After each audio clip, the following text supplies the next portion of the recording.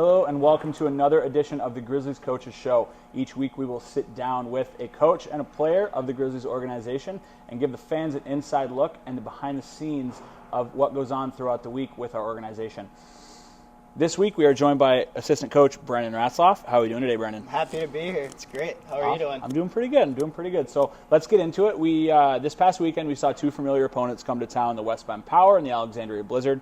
Managed to get away with 4 points, and we outscored the team 7-1 this weekend and got a shutout on Saturday versus Alexandria.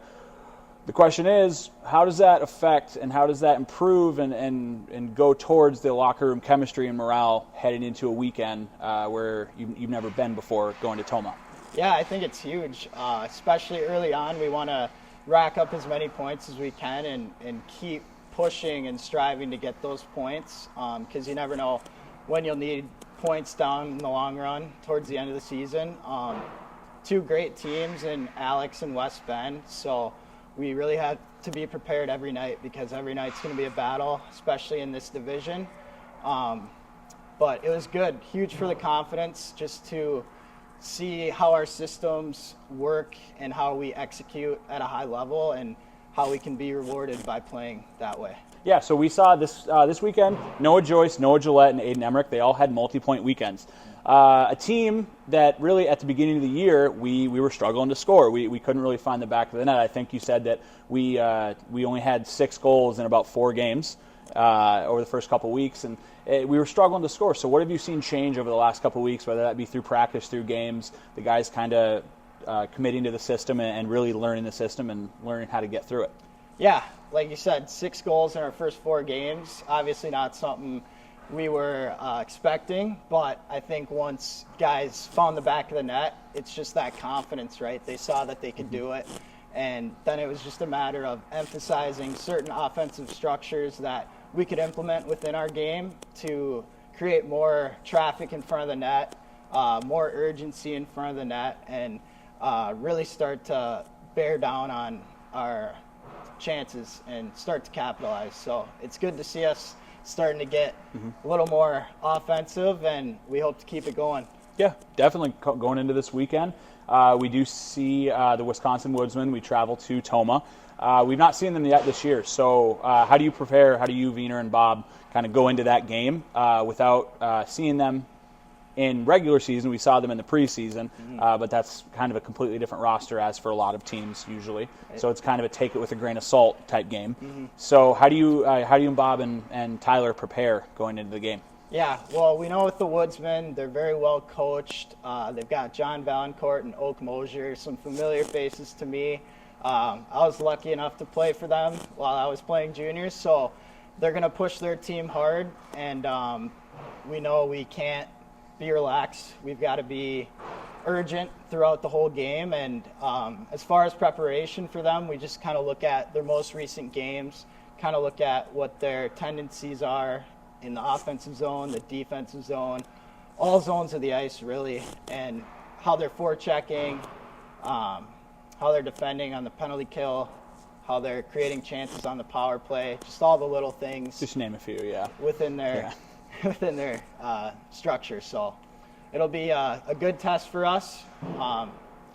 We're excited. Good hockey team. Yeah, we're excited for the weekend. Lastly, I want to cover an opportunity that came up this past week. Your dad, Chris Ratzloff, the old head coach of the Rochester Grizzlies, he's now with the Chippewa Steel in the Null. He asked you to come be an assistant coach with the team on their trip to Alaska over the next 2 weeks. What does that mean to you to kind of have that father-son coaching moment? Kind of that a lot of people are like, that'd be something that I've always wanted to do, and you're getting it right now, and you're only a year into your coaching career. Yeah, I'm very blessed at the opportunity. Obviously, very special to me. Just being able to be on the bench with my mentor, really, the guy who taught me how to skate, the guy who taught me how to play the game the right way, all the way from 2 years old till, the end of my career. So it's definitely a blessing, and I'm really looking forward to this opportunity. Yeah. So how do you see NA3HL hockey every single night, every single day? How do you prepare for that kind of little quicker paced hockey of the Null? How do you take what you've learned here and transition it and use it when you go to the Knoll for these 2 weeks? Yeah, absolutely. I was actually lucky to jump on the ice with Chippewa yesterday, kind of see their practice, see their different systems, how they implement them. So that's one way that I've prepared, is just kind of trying to get on the ice with them a little bit before I head out. As far as the game overall, the little things within the game of hockey, they don't change really much, whether it's squirts, termites, to pros. It's all the same little things, but the structure is what's different. And if we look at the age group, it's the same age group, so it's kind of a bit of a lateral movement in that way, but obviously big boy hockey here in the Knoll. I'm really looking forward to it. Yeah, that's awesome. Well, we wish you good luck in your coaching call-up. So, Grizzlies fans, we will be right back on the second half of our Coaches Show. We're going to be joined by assistant captain and Rochester native Gavin Black. All right, Grizzlies fans, on the second half of today's Coaches Show, we are joined by assistant captain number 4, Gavin Black. How are you today, Gavin? Good, how are you? Doing pretty good. So before we kind of go on a little further, I want to give Gavin an opportunity to introduce himself and tell the fans a little bit more about him. So just kind of tell us about where you grew up, how you got into hockey, a little bit more about you, if there's any weird things that we need to know about you, any fun facts. But yeah, just kind of tell us a little bit more. Yeah, so I'm originally from Mankato, Minnesota. I moved to Rochester when I was middle of first grade, so I've been here ever since then. Got to go to JM for 2 years, and then I went to Mayo for 2 years. Had a great time at both. And then last year I ended up going out to Gillette, another team in the NA3, and then, I'm back here. Awesome. So how'd you get into hockey then? It's from my grandpa and my dad. Okay. Those were my two main supporters when I was younger, and kind of got me into it. For sure. Cool. So you were talking about how you got to go to Gillette last year. You're a veteran in the NA3, which means basically you have more than a year under your belt. And your team was good enough last year to make it to the Fraser Cup and made it to the Fraser Cup finals in St. Louis. Yeah. Kind of tell us a little bit about how you can bring what you learned last year to the locker room this year, and how that can help the team. Yeah, we had really good veterans last year in Gillette. We had a good rookie group. We all meshed together right away. We all hopped in our cars and went to Yellowstone National Park. So we really grew close together then, and that was a huge thing for us. For sure. Just being close as a team, and we were positive, and that was a huge thing for us. Yeah, for sure. So speaking of going back to last year in Gillette, and kind of you're in Rochester now, right? Mm-hmm. So there's a trade that happened over the summer, obviously. If you tell us about how kind of that went down, and kind of how you felt about coming from a team where you were so familiar with it out there, but at the same time you come back to a place that you are incredibly familiar with. Yeah. Growing up here and going to school here, how did that go about? Yeah, I needed a year away from home. I needed to get out and explore a little bit. That was a big thing for me. That's the main reason why I went out there. Mm-hmm. I had a great time out there, and then just coming home, I knew that this was where I wanted to be. I have heard about it my whole life, about the things that they do here and the culture that they have, and it was huge for me. So yeah. That's awesome. Well, we're glad you're here, and we got that trade worked out. So this weekend you guys go into your first road trip to Toma and playing the Wisconsin Woodsmen.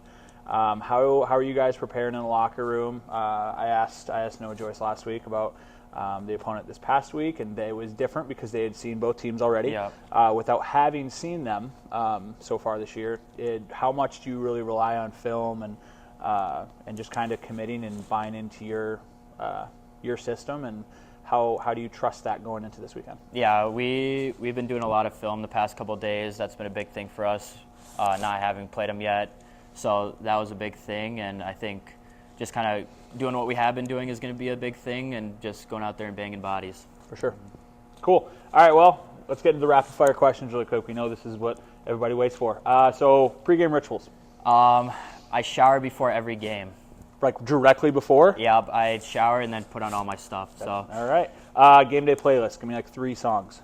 It's a lot of divorced dad rock, and then house music. Those are my 2 main ones. All right. So a mix. Well, what's your pregame meal?